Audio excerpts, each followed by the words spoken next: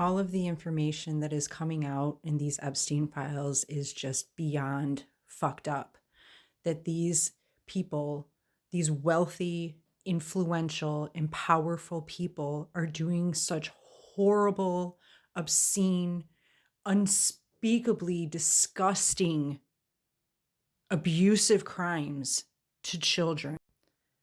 All the names that are in those files, all of those people should have been immediately arrested, charged, and held until trial. I have a much more vivid understanding as to why sex crimes are the hardest ones to prosecute and why most sex offenders are never even brought into court to be prosecuted. Victims are not believed, or they are gaslit into minimizing the abuse, or they are just flat out fucking ignored. This isn't just happening in elite circles. Every single day in family court, if a child discloses sexual abuse, or any abuse for that matter, the child is ignored, the safe parent is accused of making it all up, and then that child is placed in the custody of their fucking abuser every goddamn day. And we wonder why? It's because the people running the fucking world are doing the same things 10 times worse in some cases, and they're getting away with it. And the courts are all involved. Everybody is involved who has power, and they are allowing it to happen. I wanted to know the correlation between family court corruption and what these poor Epstein victims have gone through.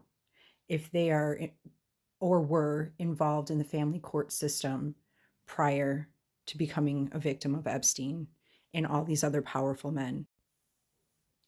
While there is no single explicitly documented and verified smoking gun document directly linking a specific systemic family court corruption scheme to Jeffrey Epstein himself, there is a strong, consistent correlation between the systemic failures in the justice system, including family, state, and federal courts, and the ability of Epstein to exploit, abuse, and evade accountability for decades. The Epstein case is widely described by victims, legal advocates, and investigators as a prime example of a justice system, often including local, state, and, as in the 2008 Florida plea deal, federal courts that protected a wealthy predator while failing to protect vulnerable minor victims. Systemic failure to protect vulnerable children. The victims in the Epstein case were frequently young, vulnerable, and from broken homes, making them susceptible to trafficking. Survivors have argued that the same systemic negligence and corruption that failed them in the criminal justice system is mirrored in other judicial areas, such as family court, which often fails to protect minors in trafficking or abuse scenarios. The Epstein case is increasingly described as a cartel that organized abuse rather than just a cover-up.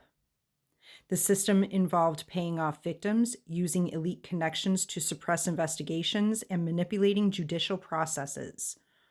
Survivors have highlighted that the same delays, negligence, corruption, and incompetence they faced in the Epstein case are consistently seen in cases involving systemic abuse, with many survivors describing the legal, state, and family systems as being designed to protect powerful offenders.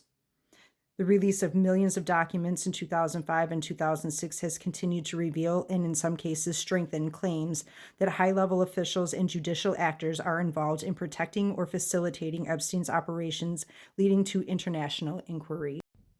Every abusive narcissist in family court gets away with what they get away with because it is an extension of the cover-up of child abuse.